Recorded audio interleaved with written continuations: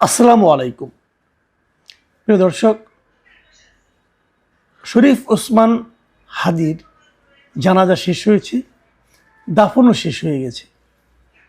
ঢাকা বিশ্ববিদ্যালয়ের প্রাঙ্গণে আমাদের জাতীয় কবি কাজী নজরুল ইসলামের যে সমাধি আছে তার পাশেই তাকে দাফন করা হয়েছে। এর আগে জাতীয় সংসদ চত্বরে যখন তার জানাজা হয়, আমার ধারণা যে স্মরণকালে এত বড় জানাজা, এত বেশি বিপুল সমাবেশ সম্ভবত অপর কোনো জানাজায় বাংলাদেশের মানুষ দেখেনি। সবই ভালো হয়েছে। একটু খটকা ছিল, একটু অস্বাভাবিক একটা দৃশ্যও ছিল যে জানাজা শেষ হওয়ার পর ওখান থেকে একটা বড় সংখ্যক মানুষ দৌড়ে জাতীয় সংসদে ঢোকার চেষ্টা করেছে। এটা দেখতে একটু খারাপ লেগেছে, কারণ তারা আপনার সবাই জানাজায় এসেছেন, শরীফ ওসমান হাদির জন্য আল্লাহর কাছে দোয়া করতে এসেছেন, তো দৌড়ে সংসদ ভবনের ভেতরে ঢোকার চেষ্টা করতে হবে কেন? এই মানসিকতাগুলি না আমাদেরকে দূর করতে হবে।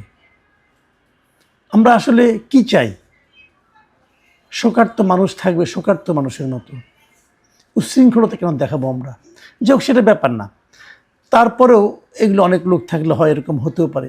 কিন্তু যে জিনিসটা আমার আলোচনার বিষয়, যেটা আমি গত দুদিন ধরেই বলা শুরু করেছিলাম, এবং শরীফ ওসমান হাদি দিন গুলিবিদ্ধ হলেন তারপরের দিন থেকে আমি বলছিলাম যে এই ঘটনাকে কেন্দ্র করে কিন্তু রাজনীতি চলছে।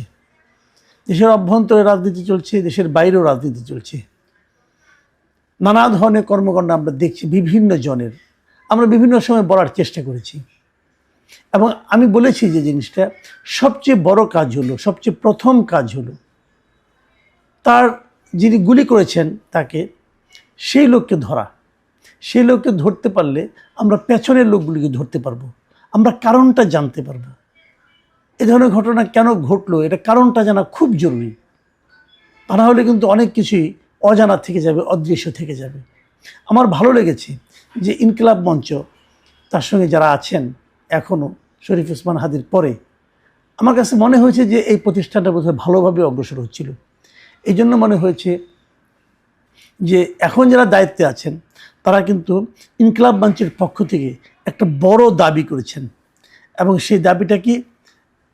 তারা দাবি করেছেন যে 24 ঘন্টা তারা একটা আলটিমেটাম দিয়েছেন স্বরাষ্ট্র উপদেষ্টা এবং স্বরাষ্ট্র বিষয়ক যে প্রধানমন্ত্রীর উপদেষ্টা আছে, প্রধানমন্ত্রীর যে বিশেষ সহকারী আছেন খুদা বক্স চৌধুরী, তাদের দুজনকে।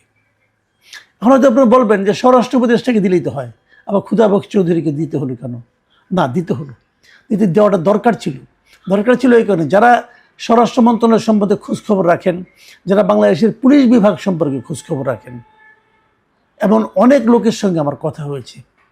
তারা আমাকে যে কথাটা বলেছেন যে স্বরাষ্ট্র উপদেষ্টা একটা সহজ সরল টাইপের মানুষ।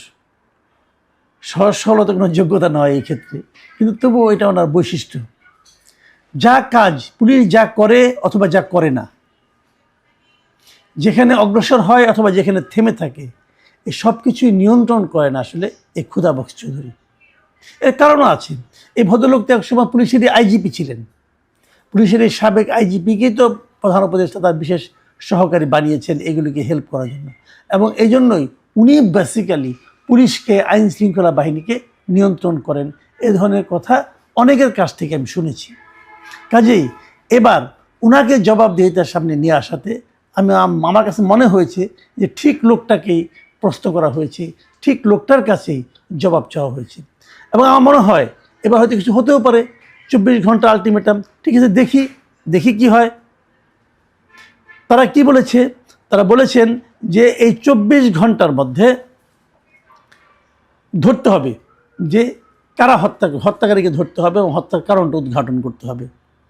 এবং তারপর তারা আরও জানিয়ে, তারা খুদা বক্স চৌধুরীকে, ব্যক্তিগতভাবে খুদা বক্স চৌধুরীকেই তারা দাবি জানিয়েছে ইনকিলাব মঞ্চের নেতারা, যে গত 1 সপ্তাহে পুলিশ কি কি কাজ করেছে তার হিসাবও জনগণকে দিতে হবে, প্রকাশ করতে হবে। মানে গত 1 সপ্তাহে আইন শৃঙ্খলা বাহিনী অথবা খুদা বক্স চৌধুরীর নেতৃত্বে পুলিশ বাহিনী তারা এই ওসমান হাদির হত্যাকারীকে ধরার জন্য অথবা হত্যা রহস্য উদ্ঘাটনের জন্য কি কি কাজ করেছেন তার হিসাব তারা চেয়েছেন। আমি জানি না কি হবে, তবে তারা এটাও বলেছেন যে 21শে ডিসেম্বর মানে রবিবার বিকেল 5:15 তারা আবার শাহবাগে মিলিত হবেন এবং এ সময়ে সরকারের পক্ষ থেকে কী কী পদক্ষেপ নেওয়া হলো এবং কোন কোন পদক্ষেপকে তারা গ্রহণযোগ্য মনে করছেন, কোনটাকে মনে করছেন না, তার ব্যাপারে তারা পরবর্তী কর্মসূচি কী হবে সেটাও দেবেন। আমি আশা করব যে তাদের এই আলটিমেটাম সরকার সিরিয়াসলি নেবে, আর না নিলে যে আন্দোলনটা হওয়ার কথা সে আন্দোলনে সবাই যাতে থাকেন এই অনুরোধ আমি করব। এখন আমি আরেকটা কথা বলি, যে কথাটা নাকি বলা আমি দুদিন ধরে বলছিলাম ওটা নিয়েও, যে এই যে শরীফ ওসমান হাদি তার মৃত্যুকে কেন্দ্র করে এই যে মিডিয়াতে আক্রমণ করা, প্রথম আলোকে আক্রমণ করা, আচ্ছা ব্যক্তিগত জীবনে আমি আমি আবার বলেছি আপনাদেরকে যে শরীফ ওসমান হাদির সঙ্গে আমার ব্যক্তিগতভাবে পরিচয় ছিল, যোগাযোগ ছিল, আমরা মাঝে মাঝে কথা বলতাম। আমি কিন্তু হাদিকে পছন্দ করতাম, আমি বারবার বলেছি পছন্দ করতাম। কেন করতাম তার একটা নমুনা আজকে আপনি দিচ্ছি, যে এই যে জুলাই আন্দোলনে যারা ছিলেন তাদের অনেকের মধ্যে আপনি দেখবেন এক ধরনের অ্যারোগেন্সি কাজ করেছে, কিন্তু হাদির অ্যারোগেন্সির মধ্যে পার্থক্য ছিল সে যে কথাটা বলতো লজিক দিয়ে বলতো, এবং তার অ্যারোগেন্সির মধ্যে আমি অন্ধত্ব কম দেখেছি। উদাহরণ দেব বলি, এই যে আজকে পরশুদিন যেটা হলো যে আপনার প্রথম আলোকে পুড়িয়ে দেওয়া হলো, ডেইলি স্টারে আগুন দেওয়া হলো, আপনাদের মনে আছে প্রথম আলোর সামনে একবার এই ধরনের কিছু মোল্লা টাইপের লোক জড়ো হয়েছিল ওই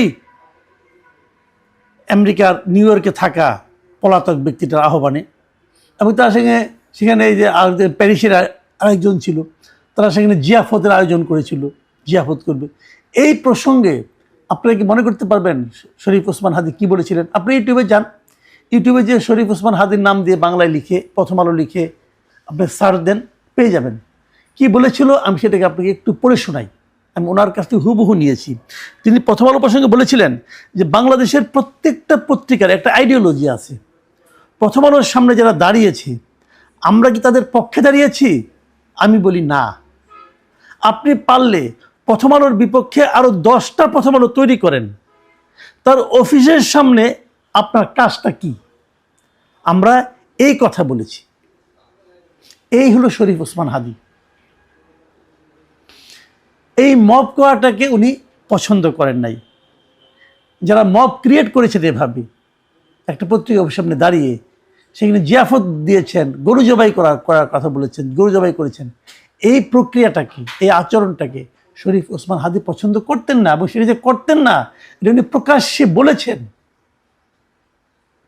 অথচ তার মৃত্যুর পর তার এই মৃত্যুকে কেন্দ্র করে এই মববাজরা এবার কোনো দাঁড়ায় নাই, আগুন দিয়ে পুড়িয়ে দিয়েছে।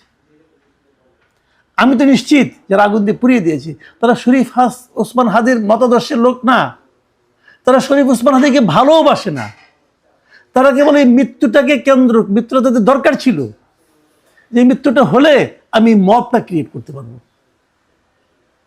তাদের কাছে শরীফ ওসমান হাদি একটা টুলস, ওই বললাম না বলির পাঠা, শরীফ ওসমান হাদি ছিল এদের কাছে বলির পাঠা। তার মৃত্যুটাকে তারা ব্যবহার করেছে।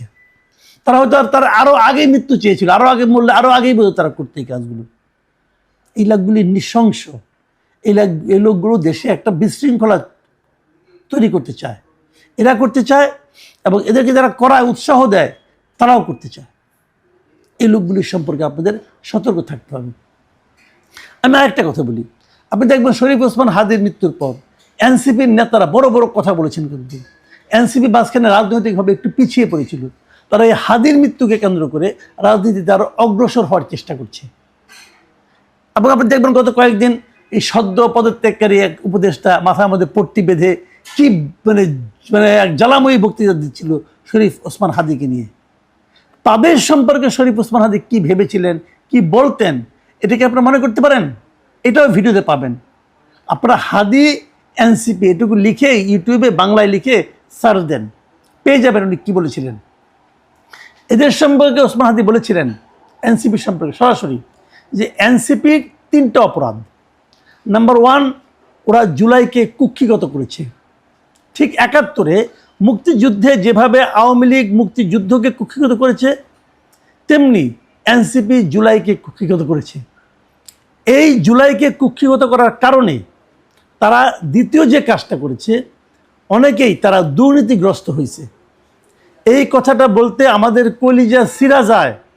আজ থেকে 10 মাস আগে যে ছেলেটাকে দেখেছি সারা গায়ে আঘাতের চিহ্ন, সেই ছেলেটা, সেই সব ছেলে মেয়ে কীভাবে মাত্র 8-10 মাসের মধ্যে কোটি টাকার মালিক হইতে পারে, এই চিন্তায় আমাদেরও ঘুম আসে না। এই কথা কিন্তু শরীফ ওসমান হাদি বলেছেন। আপনি ইউটিউবে সার্চ দিয়ে দেখেন ভাই, আমি এটা বানাই বলছি না। এরপরে আরও অনেক কথা বলেছেন। এরা কীভাবে দুবাইয়ে বিল্ডিংয়ের মালিক হয়েছেন, ফ্ল্যাটের মালিক হয়েছেন, এরা কীভাবে কোথায় কোথায় টাকা পাচার করেছেন, এবং কদিন পরে তারা যে বিদেশে চলে যাবেন, আমাদেরকে ফেলে চলে যাবেন, বিপদের মুখে রেখে চলে যাবেন, এই কথাগুলিও কিন্তু শরীফ ওসমান হাদি বলেছেন। এখন দেখবেন তাদের কান্নার শেষ নাই, তাদের বক্তব্যের শেষ নাই, যে শরীফ ওসমান হাদি তাদের ভাই মারা গেছে, কি কান্না। তারাও শরীফ ওসমান হাদির এই মৃত্যুটাকে ব্যবহার করছে। তারা যদি শরীফ ওসমান হাদিকে ভালোই বাসত, তাহলে ওই সমস্ত অপকর্ম করার আগে 3 বার চিন্তা করত যে এই কাজটা আমার করা ঠিক হবে কিনা। তারা কেউ চিন্তা করে নাই।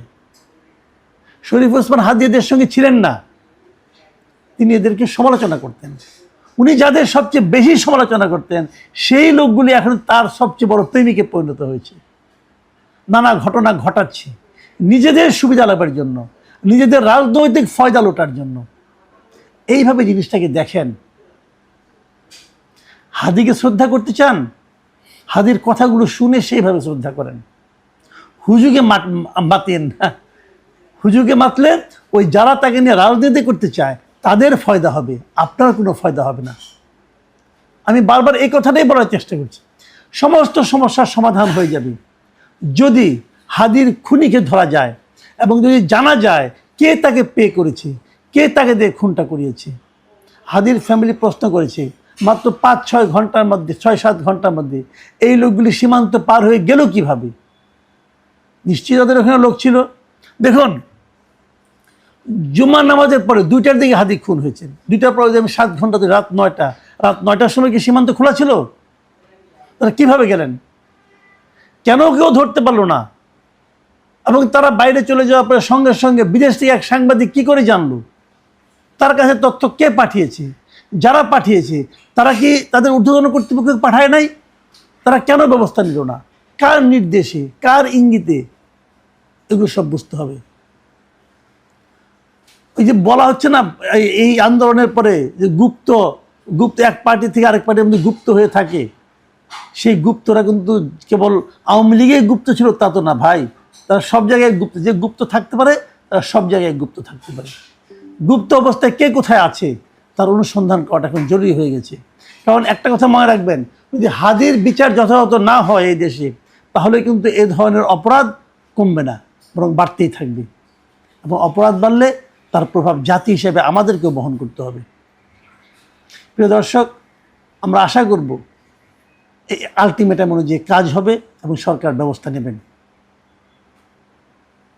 এখন এ পর্যন্তই। আল্লাহ হাফেজ।